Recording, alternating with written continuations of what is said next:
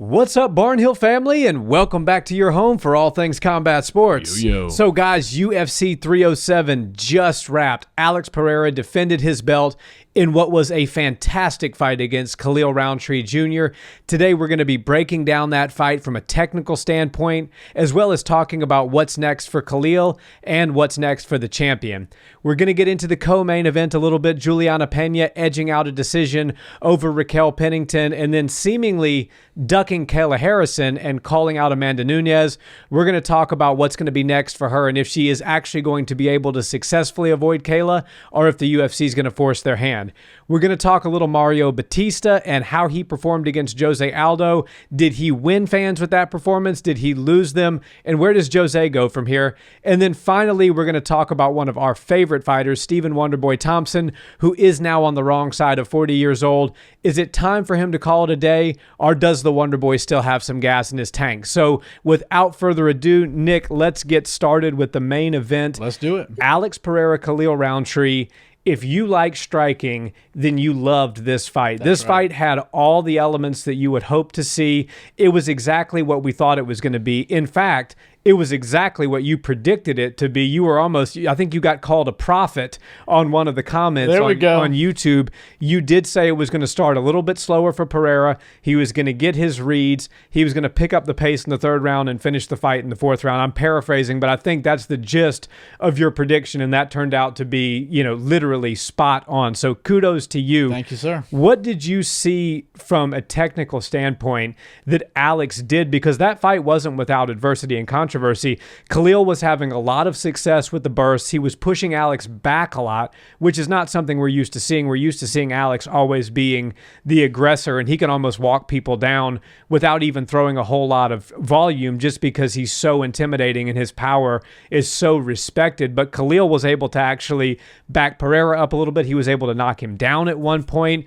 So Alex did have to battle through a tough fight to get the win. For sure. What did you see well that Alex did, and then also Khalil? Well, thanks for shining my wheels on the prediction. It's very hard to get them right in combat sports. I'd say MMA is the hardest sport to predict, and it's very difficult to bet money on. So if you parted ways and you went with me, congratulations. Don't do it every time, but when Chama's on there, fourth round KO, it seems to be a good broken one. Clock is right twice a day. Exactly, exactly. But the X's and O's, man, this fight lived up to the hype. We all were hoping this would be just a great striker versus striker match, high-level stuff, big consequences on the line when you're talking about the 205 division, and it lived up to that. Look, styles make matchups. Rankings don't make matchups. I don't care that Khalil was number 8. He did better against Alex Pereira than almost everybody at 205. I mean, Izzy has a win over him, and Jan Blachowicz didn't have a win over him, but went the full distance with him. So when you look at that, and then you look at how he's done against Yuri Prochazka, how he's done against the other top guys at 205. Jamal Hill. I mean, he's just absolutely demolishing people at 205. Exactly. And Khalil hung in there pretty good. I mean, he had his moments in every single round. And I know, in the fourth round, it really did start to pick up against him, and he had no answers. He started to become a wounded fighter, and Chama's very good at exploiting those weaknesses and finding where you're weak and finding his shots. And a couple of things stuck out to me. So Khalil, and I want to shine Khalil up a little bit before he deserves it. Yeah, before we move on. But you have to talk about what Alex did, and Alex did so much well. This fight's different than a lot of the other fights we've seen Alex in recently. Khalil is a very fast fighter. He's dynamic. He loves to use blitzing, and he had a speed advantage. And you could see that in the early parts of the fight. Another thing that made it different was he's a southpaw. And so one of Chama's best weapons is to attack with his lead leg, your lead leg. And he's pretty good at chopping inside leg kicks, chopping outside leg kicks, and not telegraphing them at all. And he was able to do it last night, but it wasn't without changing his game plan. When you're fighting in traditional stance or fighting against traditional stance, the kicks and the availability for strikes are totally different than the open stance, the southpaw versus orthodox. Yeah. And he was able to find some really good, significant strikes on the legs of Khalil, which I believe helped him slow down Khalil in what was Khalil's probably most successful aspect of his game plan, which was his blitzing. Khalil is a shorter fighter. He didn't have the range, and we understand now that Alex Pereira is very good at utilizing his long limbs and his range, and he usually has an advantage when he's out there with his opponent. So Khalil really did have to bite down on the mouthpiece, kind of not really exactly level change because he wasn't ever looking for takedowns, but throw strikes and bring your head down a little bit, maybe squat a little bit in some of those shots and step so you can cover a lot of ground when the taller, longer Alex Pereira is evading. And everybody knows that when you start to evade, everybody gets taller. You're never supposed to get tall in a fight, but when you're moving backwards, it just naturally happens, especially when somebody's blitzing at you. It's just a natural tendency we all have. Your chin gets a little high, your back gets a little more straight. And Khalil knew that, so rather than attacking the body on those blitzes, he was headhunting, and he was having some success in there. So I think that was a really good feather in the cap to be able to deal with that sort of pressure and speed for Alex Pereira, because that is a type of blitz that's very difficult to understand, and Khalil was doing it really well. You could tell he practiced that a lot. So I think, like I said, rankings don't make the matchups, styles do. I had a feeling this was going to be a great fight. I'm pretty sure they left with some bonus money, and they deserved every bit of it because the card was great. But these guys, in the biggest moment, the biggest fight on the entire card, the last two guys to walk out, really went out there and threw it all on the line. And the best man got his hand raised. But I would have to say Khalil Rountree's stock went up for me, and I would like to see a ranking on next to his name even higher than 8, because I know that sounds a little bit crazy, but because he just lost. But what he did against the champion is a lot better than what 1, 2, and 3 have done against that same champion. So I feel like maybe he should have his stock go up a little bit, and maybe his ranking even go up a little bit. And then, of course, you've got 308 coming up. We've got Ankalaev and Rakic. It seems to me that the winner is going to fight Chama for the belt. I would say so. Maybe the loser should fight Khalil Rountree, and we kind of figure out who's next in line for the following year. In 2025, we'll have some answers for us. But, yeah, I think that was awesome card and a lot to look forward to at 205. Yeah, and one interesting thing that I don't think a lot of people are considering is, Jan Blachowicz was the one fighter that went to decision with Alex Pereira, although it was a loss for Blachowicz. Yep. This was a 5-round fight.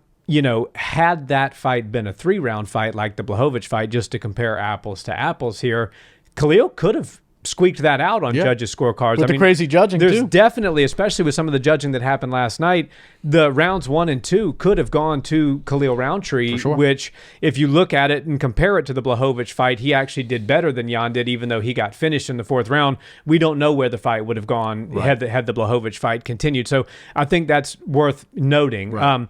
Alex Pereira is known for his lethal hook. Everybody knows that left hook is one of the most powerful strikes in all of combat sports, and it is. But last night, the jab was a thing of beauty. The jab really got the job started and really got the party kicked off for Alex Pereira. It did the damage on his eye. It completely damaged Khalil's eye. I counted 3 different cuts that will probably need stitches. For sure. And the jab was the reason for a lot of that. He maintained range and distance beautifully with the jab. Now, when you have an orthodox versus southpaw striker, typically, as you said, you see some different shots. And some of the outside low calf kicks that Alex likes to throw that he's really good at, he wasn't able to. It took him a minute to kind of get the timing and the movement down to start to land that on Khalil Rountree. Right. Whereas when he's fighting another orthodox fighter, he just whips that kick almost at will, even if you know it's coming, it's so well disguised and not telegraphed that it's you almost just can't check it. Last night, I think it was a little bit more difficult for Alex to find that shot. He just made it look easy because he's such a good striker. But I'd believe if you were to ask Alex, was that outside leg kick harder to find against Khalil than it was against other fighters with the mirrored stance that you have, I think he would probably say yes to that. Yeah. So, and it goes mostly because of the angle. Exactly. It's the outside foot battle. Whoever's leading foot on the lead foot is on the outside, usually has the control of the situation. But that's such a finicky game because everybody's taking a step, and all it takes is one little step of your foot, and now you're not in control of the dance. Right. So yeah, that does make for a difficult angle for the calf kick. Yeah, and but it opens up a kick, and that's the body kick. Yeah. So when you have two people in opposite stances, the entire side of the opponent's body is open, and they actually traded some really good body kicks. Yeah. Khalil landed one, I think it was in the 2nd round, where Alex had a little bit of a weird reaction. He kind of backed up to the cage. I think Alex is so stoic that you never know what he's feeling, especially he's a little bit more fun outside of the cage, but inside of the cage, he's just a stone-faced, very stoic figure. figure. That stare down. I think that hurt him. Yeah, the stare down is something like we've never seen before in MMA. It's his walkout, the stare down, the intro. To me, is one of my favorite things in the sport right now. It's my favorite walkout that's going in the sport today. But he landed some good body kicks of his own that really seemed to hurt Khalil as well. Alex also used clinch well. He landed some really good, he would use his hands to get inside, and then he would wrap up, that Thai plum sort of position, and he fired off a few good knees. But that finishing sequence, to me, is what makes Alex Pereira the best striker in all of MMA right now. The patience, the shot selection, how he was almost waiting and buying his time to find the shots that he wanted. He wasn't, you see a lot of fighters get somebody hurt and they throw caution to the wind and they just unload with very untechnical strikes.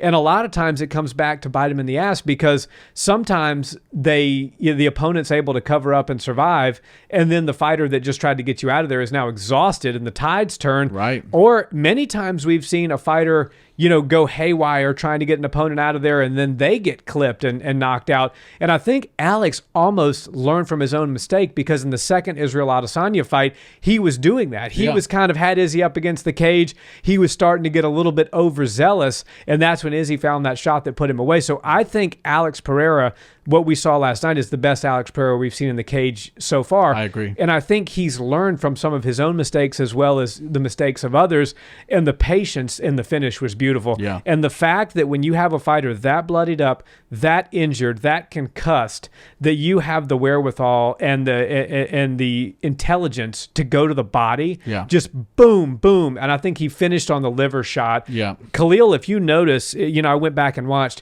he was starting to drop before the uppercut. I think it was the liver shot that was folding him. It was putting him down. The uppercut was just the icing on the cake. So, I mean, Alex Pereira, what more can you say about him? The guy is incredibly exciting to watch inside the cage. He's incredibly fun he's a fun character to have in the UFC. I love this experiment of Alex Pereira, and I can't wait to see where he goes next, which brings me to the next thing I want to discuss, which is what's next for Alex. He's talked about going down and fighting Dricus du Plessis, but he said in the post-fight interview last night that his buddy, Sean Strickland, and now his former foe, now friend and training partner, is going to get his rematch. I'd heard rumblings of that. I hadn't seen anything confirmed. Maybe they broke the news last night. Yeah, maybe Pereira broke the news for us. So that, to me, is the fight to make. And I don't think I need to see Alex at 185 ever again. Him at 205. I don't want to see a depleted version of Alex. I'd rather see Alex at his best. And he also said, look, at heavyweight, John Jones and Stipe have their business. Tom Aspinall's the rightful back. I mean, Tom Aspinall, let's be honest, Tom Aspinall should be in the fight. He's our champion. He's the champ. So the fact that, Alex could squeak in and be the backup, I just don't see that as being realistic. No. I think if they bring a backup in, it should be Tom Aspinall. That's the rightful person, which is why Alex said, look, I'm comfortable in this division. I feel good in this division. I feel strong. The weight cut I feel everything's dialed in. And the results speak for themselves. Right. The guy is on an absolute tear at 205. He's on a finishing streak at light heavyweight. He's finished every fight he's been in this year. He's had 3 title defenses in 2024. If it ain't broke, don't fix it. There's no reason for him to change divisions now. Let's see what happens with Rakic and Magomed Ankalaev and see where it goes from there. But I personally like Alex Pereira at 205, at least for the time being, until we see what happens with John, Stipe, and Tom Aspinall. And then maybe if, the winner of that fight retires, Tom Aspinall becomes undisputed, and you're looking for an opponent, you could always throw Alex Pereira in there for that. Everybody would want to watch that fight. Alex would probably be a decent underdog in that fight. But for now, I say just hang tight where you are. Yeah, I totally agree with you. I'd love to see him defend his belt a couple more times at 205. And look, he's a very active champion. And I know that he's only one weight class away from the heavyweight, so it's a very slow. I mean, they're moving at a snail's pace right now. So I think... If moving at all. I mean, it feels like heavyweight is just flat out not moving. Tom Aspinall's moving, but the top is not going anywhere. But, I think that Alex Pereira, his days at heavyweight will come. I think there's some mega fights for him there. But he's so active right now, by the time the dust settles at heavyweight, he could very well be in the same position at 205 205 that Izzy was a few years back at 185, where he's cleaned out the division. Yeah. I mean, think about it. He's made quick work of 3 of the top staples in the division. All he really needs to do is beat Magomed. Right, Magomed or Rakic. Yeah. Either one of those guys. He gets his hand raised against one of them. Now you're kind of waiting for those guys to fight each other and knock each other down to see who gets their next shot or their second shot or whatever.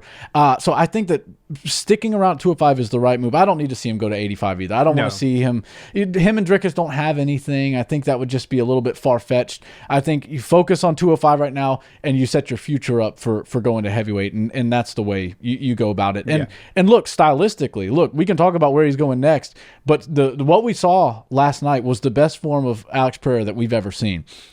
And one thing that's crazy to think about is he came into this sport, immediately was known as an elite level striker. Proved to us very quickly over a couple of fights, okay, he's legit.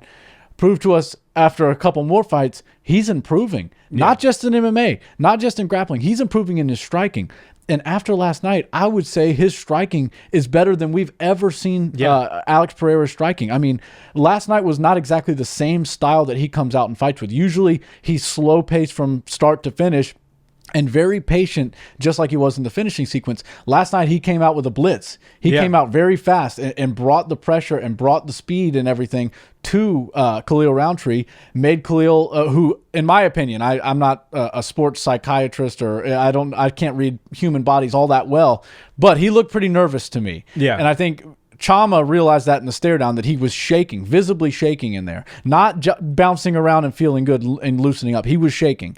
And so Chama realized that and wanted to put the pressure on him early. I think that was a good idea because it had all of Khalil's senses very heightened. He was very much on edge in the early parts of the fight. Found his success early.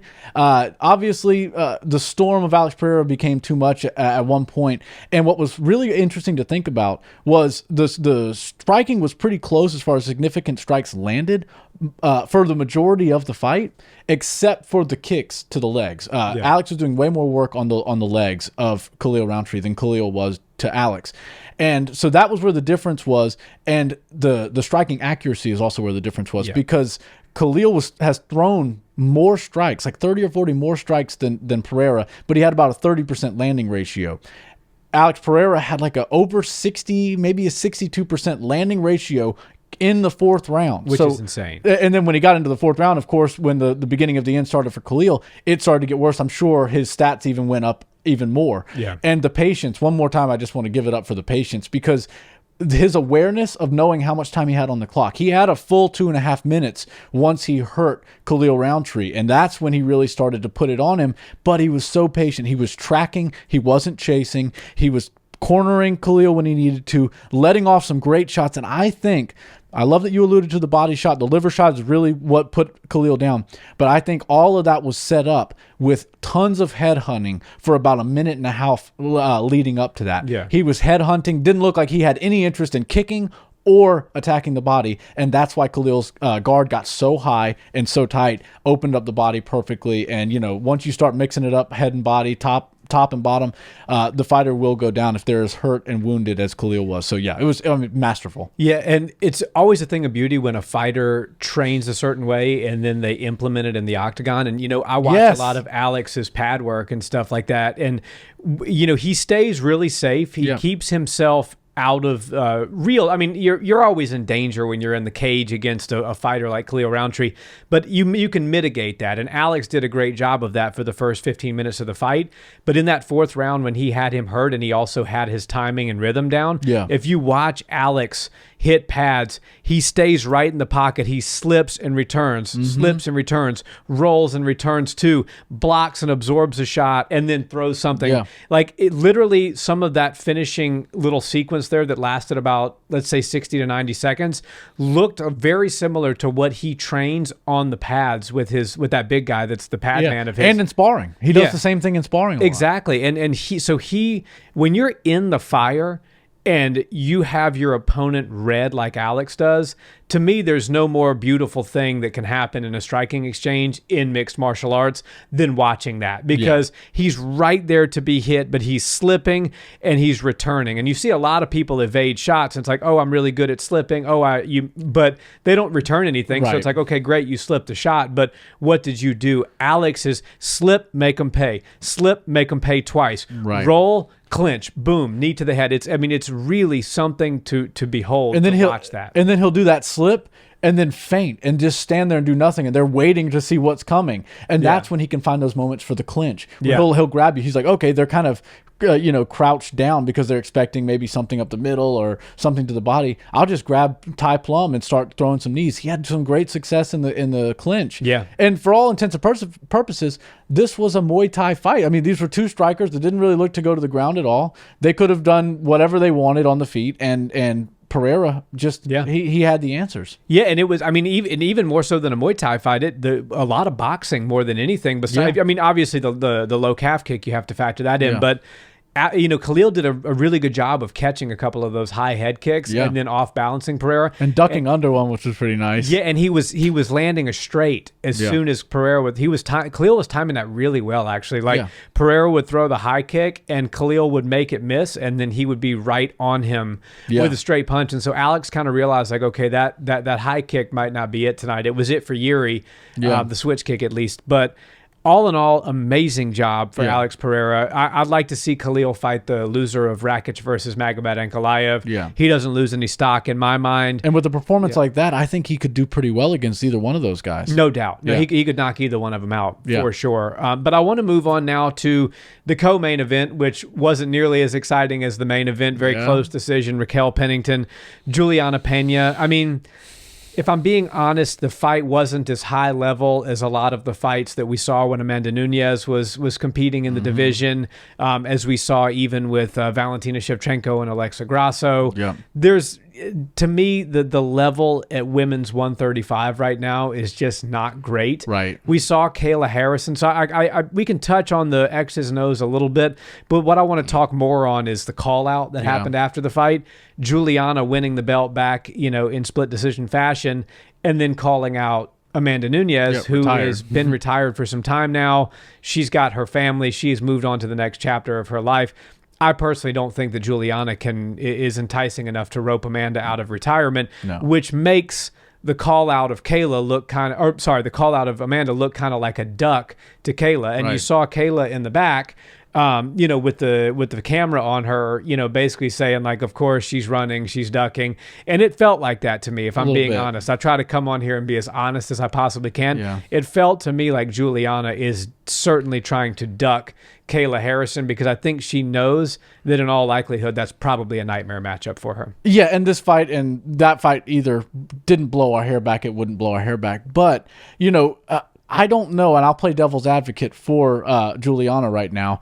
I don't know if she understands. Obviously, she knows who Kayla is. She knows that she was on the card. It makes sense to assume that whoever Kayla fought and beat, number 2 versus number 3, right? Right. It just, you're doing some math here. We're making the next title fight tonight a little bit earlier than you guys' fight, right? That was what was happening, or so we thought.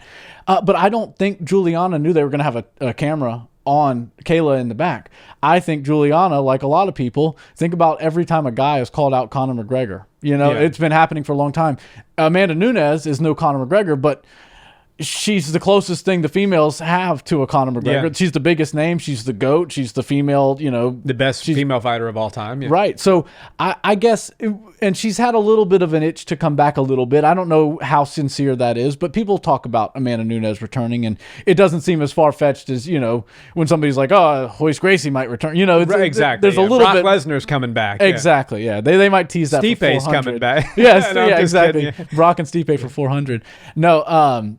So I don't know if she did. So I'll play devil's advocate. I don't know if she knew that, but it did look like a miss. It did look like a ducking because the UFC had the camera on Kayla. And obviously Kayla's the next fight. Amanda's not going to jump in for the next title shot. I think Juliana, It's a tough fight for her to beat Kayla. Kayla's so big and so strong, but anything can happen. She was able to beat Amanda, and I certainly don't think that Kayla Harrison would beat Amanda. So crazy things happen. Again, we'll revert back to styles make matchups, and I guess we'll see what happens. Yeah, I mean, Juliana, she does have that win over Amanda, but I look at that as a really careless and kind of totally out of character performance for Amanda. And I know the game's not staged, but that felt like the most staged fight of all time. Yeah. Amanda just abandoned all technique and just started slugging it. That was a weird off night for Amanda Nunes, and I'm comfortable calling it an off night because when you look at the body of work that Amanda's done, that was totally different from anything that we've ever seen out of her. And then she comes back and dominates. So, to me, what Juliana would need to beat Kayla is what Amanda possesses, which is real firepower in her hands, which she doesn't really have. You know what I mean? Like, she's got good jiu-jitsu, but Kayla is way bigger, way stronger, and probably a better overall grappler. She might not have the submission, acumen that Juliana has, but I certainly don't see Juliana submitting Kayla Harrison. So I see this fight taking place largely with Kayla in top position on the ground.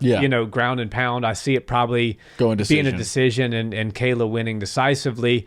As you said, anything can happen, but when you have the kind of skill set that Juliana possesses, I feel pretty comfortable in saying that my money would be squarely on Kayla Harrison to get that job done. Yeah, and statistically and historically, the females don't finish fights near as much, and the lighter weight classes in the men's don't finish fights near as much as the heavier.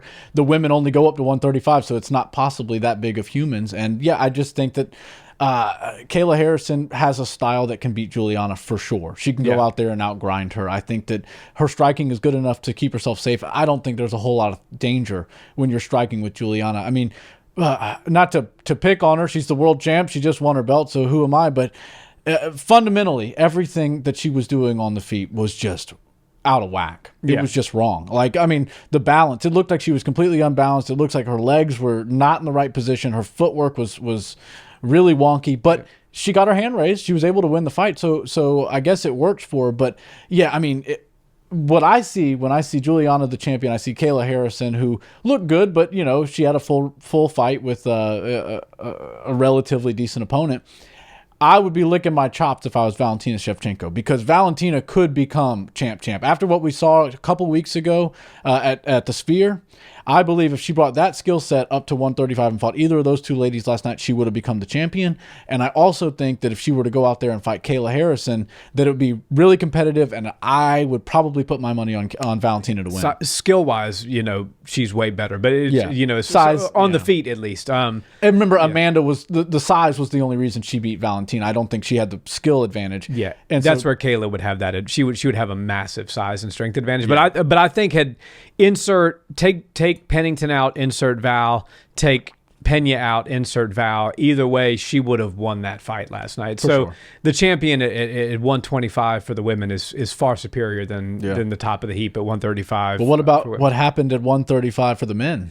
Yeah, well, I mean, so Jose Aldo, legend, one of my favorite fighters of all time. So fun. Mario Bautista, listen, like the guy got his hand raised. Like, he did what he had to do to beat a legend in the sport. Yeah. However, when you are an up-and-coming fighter trying to break into the top 5 of one of the most difficult divisions that the sport's seen over the last 3 years, and you get signed up, I mean, you say it on this podcast all the time, former champions are like such a rare thing to find. Right. Because most of the time when somebody loses the belt, they're around for a few more fights. And if they're truly on the decline, they don't go the way of BJ Penn and just hang out until they wear out their welcome. Right. They're like, I'm not going to sit here and just let young people put my name on their resume. And so they leave. Right. So they're hard to it's very hard to get squared up with a guy who was a champion at one point in time. That's what Mario Bautista had last night. And he didn't just have it against any former champion. He had it against one of the greatest and most revered champions in the history of Brazilian mixed martial arts. Right. So I think that it was kind of a miss the way he fought Jose Aldo. Yeah. Look at Kevin Holland, who fought just a fight or two before. That is a fighter who the fans get behind. Yeah. Kevin doesn't win all of his fights. Kevin probably won't become a champion. You know, maybe crazy things happen. You know, we'll see where his career takes him. But he'd have to change some things to become champion. Exactly. It's very difficult for him to become a champ at 170 or 185, given the layout as it stands today. But that is not going to stop Kevin from making millions and millions of dollars throughout the course of his career. And gaining tons of fans. And I'm not saying that it's all about money, because it's not. But at the end of the day, some of it's at least about money. Right. And Mario Bautista had an opportunity last night to go out there and give the fans, because Mario Bautista at the end of the day is a great striker. Right. And Jose Aldo, we know, is one of the best strikers, you know, in the lighter weight classes in the history of the sport. Go out there and put on a show with Jose Aldo. Right. You know, you're the feature bout. You're the one fight right before 2 title fights. This is a pay-per-view.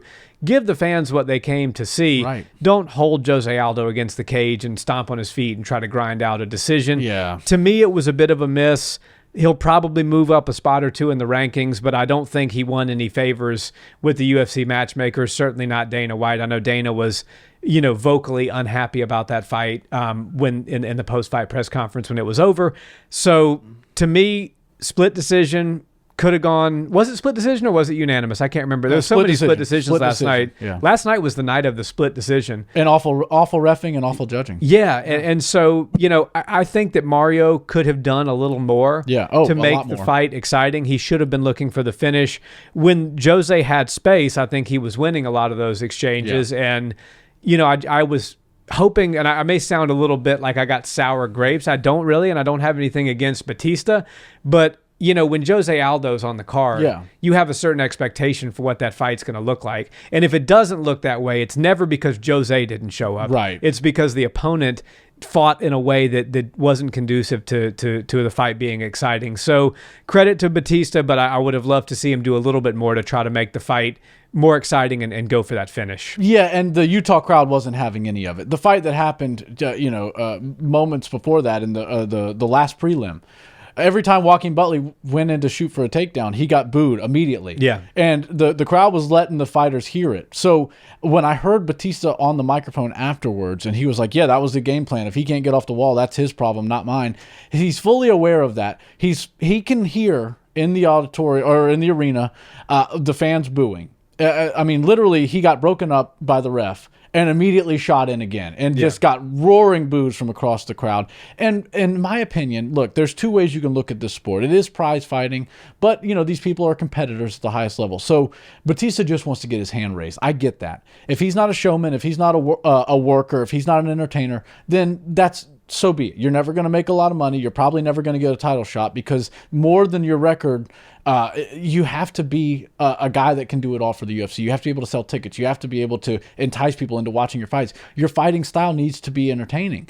And when they give you something like a former champion, and not just any former champion, we're talking about a guy who is in everybody's list of top 5 favorite fighters, you know, top 10 favorite fighters. If you've been watching long enough, Jose Aldo's in your top 10 of all time. No question. 100%. He's so fun to watch. You're right. It's like Alex Pereira. It's like Max Holloway. These are the guys everybody loves them, whether you've been watching for 20 years or you've been watching for 20 months. Right. So, yeah, I think that Batista came out and he played the bad guy. I think he lost a lot of fans. Whatever people did know about him, which probably wasn't that much, isn't going to translate well. I think the UFC sees that. They don't love that. And when you're looking out for your career, yes, winning is important, but winning isn't everything in the UFC. You have to be the type of fighter that they want to have on their roster.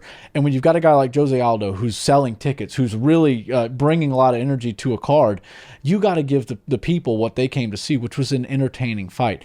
I don't think Batista is lacking in skills to give the people an entertaining fight. I think that he looked for an easier way out. He's very good at keeping somebody against the cage. I mean, but he had 0 success with the takedowns. I mean, literally 0. I think at the end of the fight, it was 11 takedowns defended for Jose Aldo. So, I mean, he was never in any danger, and some of those shots were pretty good. So, speaks to the level that Jose is still operating at offensively and defensively. He was looking to fight all the way to the end. I had Jose Aldo winning the fight because I don't think position should go over control of the fight. Well, damage is first and foremost. Yeah, he landed the better shots, no question. Clearly the better shots. And so it sucks to see Jose go back down, and of course we're going to see what happens from here for him. But Batista definitely didn't gain any fans. I don't think he's going to go help himself out in his UFC career with a win like that, and I hope he learns from that, from the interview, from the fighting style, from everything.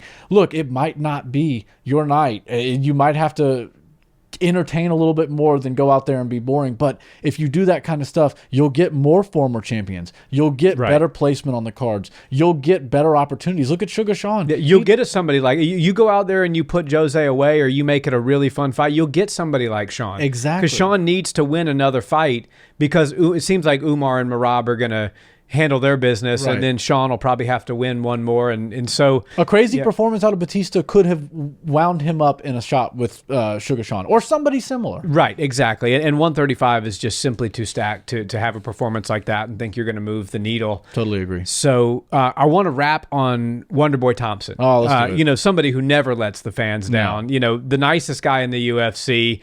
One of the slickest dressed fighters. You know, I mean, you can't say enough good things about Stephen Wonderboy Thompson. The gray hair, man. How about the gray? I mean, the silver fox. Embracing the gray. I know I am. So it's good to see somebody else. Begrudgingly, I am too.